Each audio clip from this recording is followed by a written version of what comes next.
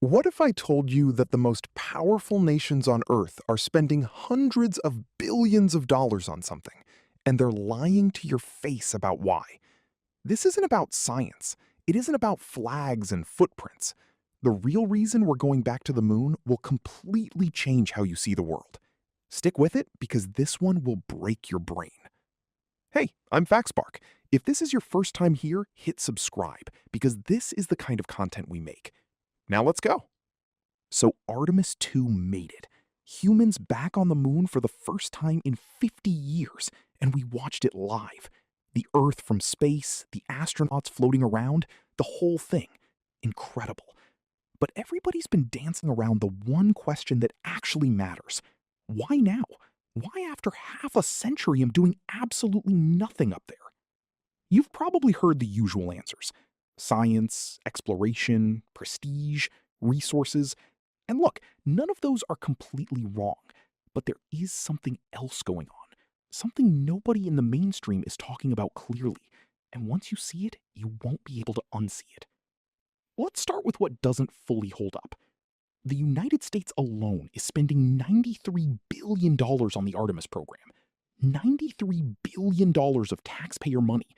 You don't write a check that size for a geology field trip. So the science and exploration argument, yes, it's real, yes, it matters, but it's never been enough on its own to justify spending like this.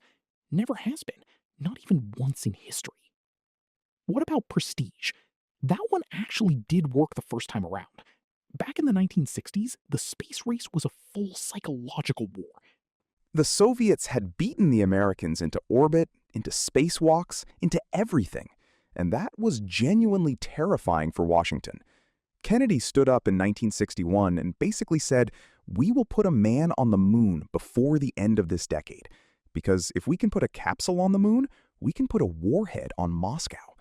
A rocket and a ballistic missile look almost identical. Space supremacy was military intimidation, dressed in a white jumpsuit. That logic made perfect sense during the Cold War. But that's not the world we're living in now. Prestige still matters, but it doesn't come close to explaining $93 billion in 2024. So what about resources? Now we're getting somewhere, but we're still not at the real answer. The moon is genuinely loaded. Titanium, aluminium, rare earth elements, all critical for the semiconductor and chip manufacturing industries that basically run the modern economy. That alone would turn heads. But here's the thing that really makes people sit up straight. The future of energy almost certainly isn't oil. It's fusion, producing energy by fusing light atoms together, exactly like the sun does. Clean, cheap, nearly unlimited. The dream fuel for fusion is helium-3, a specific isotope of helium. On Earth, it's extraordinarily rare. On the moon, because there's no atmosphere to block the solar wind, helium-3 has been raining down on the lunar surface for billions of years. We're talking potentially up to 3 million tons sitting there, ready to be collected. And just to give you a number that makes your head spin, 1 single ton of helium-3 is estimated to be equivalent in energy to 50 million barrels of crude oil. 50 million barrels per ton. The moon could literally become the new Middle East, except instead of oil fields, it's a gray, dusty surface that nobody's fighting over yet. And then there are asteroids. Space is absolutely packed with rocks that would make your eyes water financially. Take 16 Psyche. Looks like an ordinary lump of metal, about 225 kilometers wide, drifting through the asteroid belt. Its iron, nickel, and gold core has an estimated value of around 10,000 quadrillion dollars. That's 70,000 times the entire annual economic output of planet Earth. And there are thousands of similar objects out there. Companies specifically created for space mining already exist today. This is not science fiction anymore. And water. We now know the moon's poles have craters so deep that sunlight never reaches the bottom. The coldest place ever measured in the entire solar system is not Pluto. It's right there, on our moon, in those craters, at negative 249 degrees Celsius, just 24 degrees above absolute zero. Locked in those permanently shadowed craters, scientists estimate between 30 and 270,000 million tons of ice. Water for drinking, yes, but also water you can split into hydrogen and oxygen, and suddenly you have rocket fuel. That's partly how Artemis itself is propelled. So resources are clearly a serious part of the equation. But here's what I want you to think about, and this is the question I want you to drop in the comments below. If resources were the main reason, why haven't private mining companies led this charge entirely on their own? Why are governments, militaries, the ones driving it? Think about that and write your answer down below. Because the answer is going to completely reframe everything I'm about to tell you. Because resources are not the main reason. They never have been in human history. The main reason has always been something else. Something intangible. Something you can't hold in your hand or put in a barrel. Control of the routes. Let me take you back through history, because the pattern here is unmistakable. 10th century. The Holy Land sits under the control of the Abbasid Caliphate, based in Baghdad. They were tolerant rulers. Christian pilgrims, merchants, and travelers moved freely through the region. Everyone did business. Everyone benefited.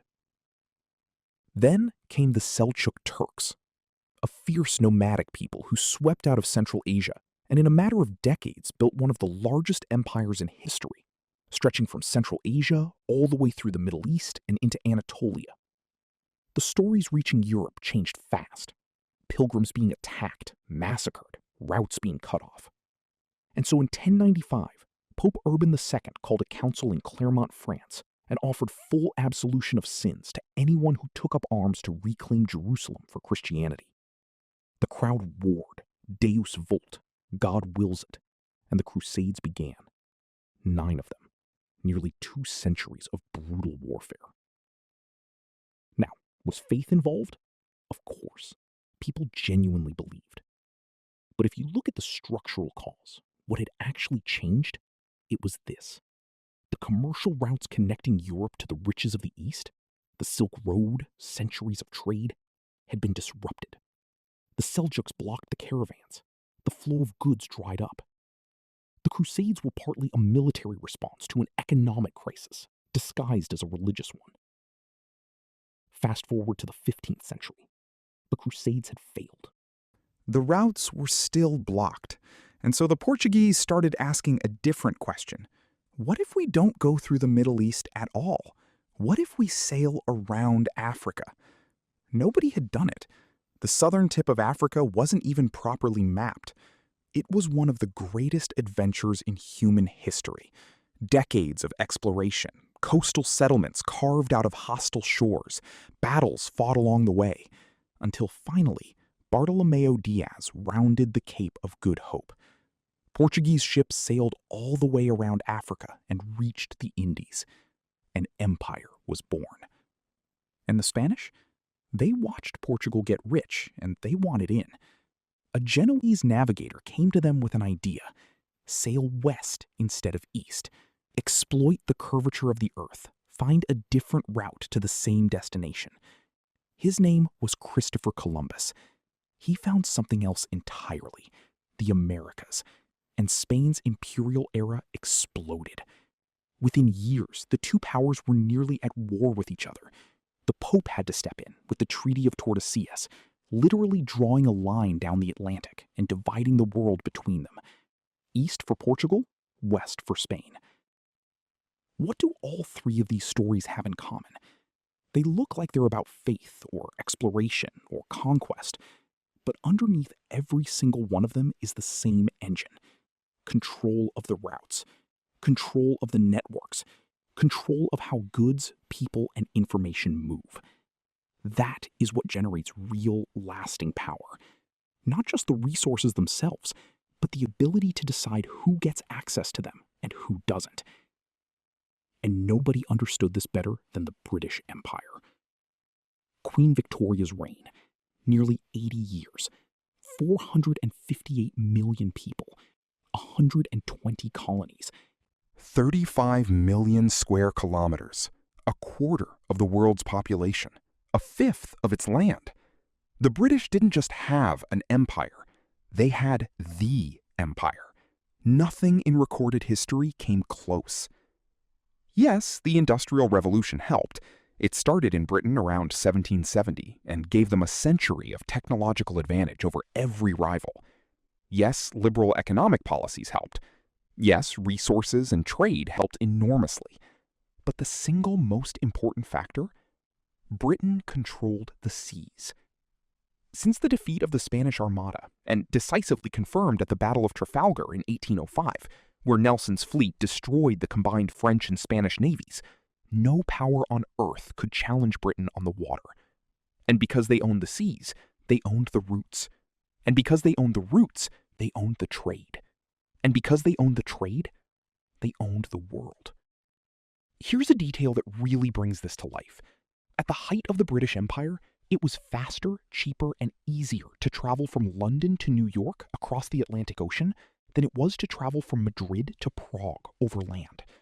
The sea wasn't a barrier, it was a highway, and Britain had exclusive toll rights. They used this dominance as a weapon.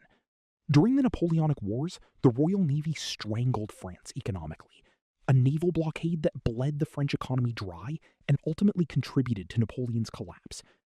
They did the same to Germany in the First World War, cutting off supplies until the country simply couldn't sustain the fight after 4 years. Those wars were won not just by soldiers and artillery, but by controlling the flow. Information, goods, movement. If information is power, then controlling the flow of communication is domination. And this is exactly the right analogy for what's happening today. Except instead of the sea, the battlefield is space. When Apollo 11 landed in 1969, space was essentially irrelevant to the global economy.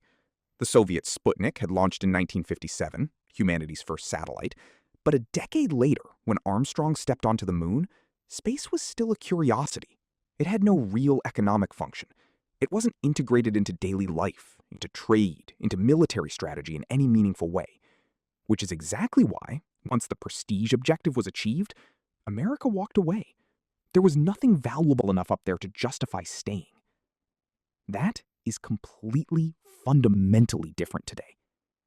Right now, more than 8,000 satellites orbit the Earth. Every single sector of the modern economy depends on them. GPS navigation powers agriculture. Farmers use satellite positioning to optimize every pass of their machinery across a field. It powers shipping logistics, air traffic control, financial transactions. Your supermarket's supply chain runs on satellite data. A serious GPS failure wouldn't just mean your Maps app stops working. Within days, store shelves would empty.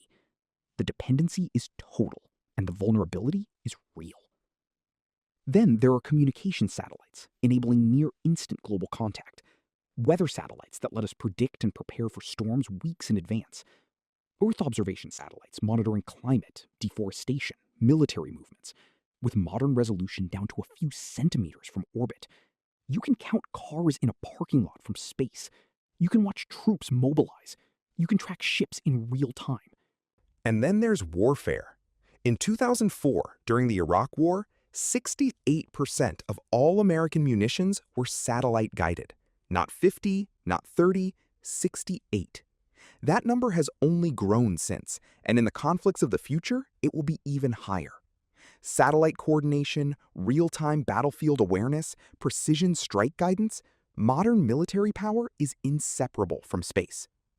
Elon Musk understood this instinctively. Starlink, his constellation of low-orbit satellites, is the largest communications network in human history, built in space. When Russia invaded Ukraine, Starlink terminals provided Ukrainian forces with battlefield internet access that changed the course of the conflict. A private company's satellite network influenced the outcome of a land war in Europe. That's not a small thing. So here's the intellectual leap that changes everything. For centuries, history was played out on a flat board, a two-dimensional chess game fought over land and sea routes, ports and straits, colonies and coastlines. The British Empire mastered the sea dimension and ruled the world for a century as a result. Now, humanity has added a third dimension to that board. Space is not just above us, it is around us, economically, militarily, and politically. And just like the sea, space has its own geography, its own choke points, its own strategic positions, its own prime real estate. And just like prime real estate on Earth, this geography is limited. There is only so much of it. Take launch sites. Not every location on Earth is equally good for reaching orbit. The Earth rotates, and that rotation gives a free speed boost to anything launched eastward near the equator, where the planet spins fastest. The further from the equator you go, the weaker that boost becomes. That's why every major launch site in the world, Kennedy Space Center in Florida, Baikonur in Kazakhstan, Kourou in French Guiana, sits at low latitudes. A launch facility near the equator is like a deep water port in the age of sail. Not all locations are equal, and the good ones are limited. Then there are orbits themselves. Low Earth orbit, LEO, sits just a few hundred kilometers above the surface. Satellites there move fast, can scan the entire planet quickly, and capture imagery at extremely high resolution, perfect for reconnaissance and Earth observation. But low orbit is crowded. The available space is finite. Countries and companies are scrambling for position in LEO right now, and some analysts are already comparing the competition for orbital slots to the competition over the Strait of Hormuz, one of the most strategically critical choke points in the world. The comparison sounds dramatic until you think about it for 30 seconds, and then it sounds exactly right. Geostationary orbit sits at 35,000 kilometers altitude. Satellites there move at exactly the same rate as the Earth's rotation, so they appear completely stationary above a fixed point on the surface. Each one covers a full third of the planet and stays locked in position permanently, ideal for communications, broadcasting, and military coordination. The United States currently operates 6 extreme high-frequency satellites in this orbit dedicated entirely to military communications, coordinating with allied forces from Canada, Britain, and Australia. Russia has military communication satellites there too. China's Beidou navigation system uses it. This orbit is already contested strategic territory. And then there are the Lagrange points. When two large bodies, say the Sun and the Earth, or the Earth and the Moon, interact gravitationally, they create 5 specific locations in space where the gravitational forces balance out perfectly. Objects placed at these points stay there with minimal effort. They don't drift, they don't need constant fuel burns to maintain position. They are, in effect, free parking spots in space. Imagine using one as a depot for asteroid mining resources, or a staging post for deep space missions, or a military observation platform. The James Webb Space Telescope sits at one of these points. Each pair of massive bodies has its own set of 5. They are limited in number and strategically extraordinary. Everett Dolman, one of the world's leading experts in what he calls astropolitics, put it bluntly. Who controls low orbit controls near space. Who controls near space dominates Earth. Who dominates Earth determines the fate of humanity. That sentence sounds like a movie trailer. It is actually peer-reviewed strategic theory. Now, here is the piece that turns all of this from important to urgent. Space is, right now, largely ungoverned. The Outer Space Treaty of 1967, the main international framework for space, was written in the Cold War, when the only 2 players were the United States and the Soviet Union. It bans weapons of mass destruction in orbit and says exploration must benefit all of humanity. But the language is vague to the point of being almost meaningless. In 1979, the Moon Agreement tried to go further, declaring the Moon and its resources the common heritage of mankind. The problem? China, Russia, and the United States all refused to sign it. The 3 most capable space powers on Earth looked at that agreement and said, no thank you. What this creates is a vacuum. Who owns resources extracted from the Moon? Who controls orbital slots? How are conflicts in space resolved? There is no clear answer. The legal framework resembles a Western frontier town with no sheriff. And frontier towns, historically, are won by whoever gets there first and builds fast enough to make their presence a fact on the ground. This is not a hypothetical future problem. It is happening right now. And the countries that arrive first, establish infrastructure, and begin operating will have an enormous advantage in shaping whatever legal and regulatory framework eventually emerges. Just as the powers that colonized coastlines and established ports in the 15th and 16th centuries shaped maritime law for centuries afterward. The first mover doesn't just get resources. The first mover gets to write the rules. And military reality is keeping pace with all of this. In 2019, NATO formally declared space a domain of warfare, alongside land, sea, air, and cyberspace. The same year, the United States established the Space Force as its sixth military branch. Yes, the name sounds like it belongs in a science fiction film. The mission does not. Because if satellites are the nervous system of modern military power, guiding weapons, coordinating troops, providing intelligence in real time, then destroying an enemy's satellites becomes one of the most powerful offensive moves imaginable. You don't have to beat an army in the field if you can blind it from orbit. Anti-satellite weapons, known as ASATs, are real and operational today. China demonstrated a direct-ascent anti-satellite missile in 2007, destroying one of its own satellites in orbit as a test. Russia did the same. The United States, it is widely assumed, has equivalent or superior capabilities. Ground-based lasers that can blind or disable a satellite's sensors, cyber attacks designed to corrupt satellite software, microwave weapons, and most unsettling of all, satellite-to-satellite weapons. Spacecraft equipped with robotic arms or chemical sprays that can physically grab, damage, or blind another nation's satellite in orbit. No explosion, no obvious attack, possibly no clear attribution. Space warfare is not coming. It is already being prepared for, right now, by every major power on Earth. So let's bring it all together, because the picture is actually very clear once you see it. 50 years ago, when we last went to the moon, space was a trophy, a proof of concept, a geopolitical chest thump between two superpowers playing out their Cold War anxieties. The moon was the destination, and it had no real value beyond the symbolic. Today, space is infrastructure. It is the layer through which the global economy operates. It is where military advantage is increasingly decided. It is a frontier with extraordinary resources and almost no legal framework to govern them. It has its own geography, orbital slots, launch latitudes, Lagrange points, and that geography is finite and contested. The pattern has played out in exactly this way before. The Crusades were really about who controlled the trade routes to the east. Portuguese exploration was really about finding a sea route that bypassed the Islamic world's grip on the Silk Road. The British Empire was really built on naval dominance of the routes by which the entire world traded. The country that controlled movement controlled wealth, controlled power. Now, the movement is data, communications, and eventually physical resources, and it all flows through space. Going back to the moon is not about science or nostalgia or even resources in isolation. It's about getting there first, establishing presence, building infrastructure, creating facts on the ground, or rather on the surface, before the legal and political frameworks that will govern space for the next century are written.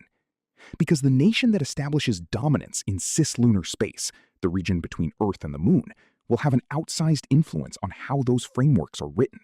Just like Britain shaped maritime law by dominating the seas, just like the early colonial power shaped international law by planting flags first. The moon is not the destination. The moon is the beachhead. We are living through the opening moves of a competition that will define the 21st century, and probably the 22nd. The space race of the 1960s was about prestige and intimidation. What's happening now is about something much bigger, much quieter, and much more consequential. Who gets to control the high ground of human civilization for the next 100 years? That's what $93 billion buys. Not moon rocks, position. I'm FactSpark. If this changed how you see it, subscribe, share it with someone who needs to hear it, and I'll see you in the next one.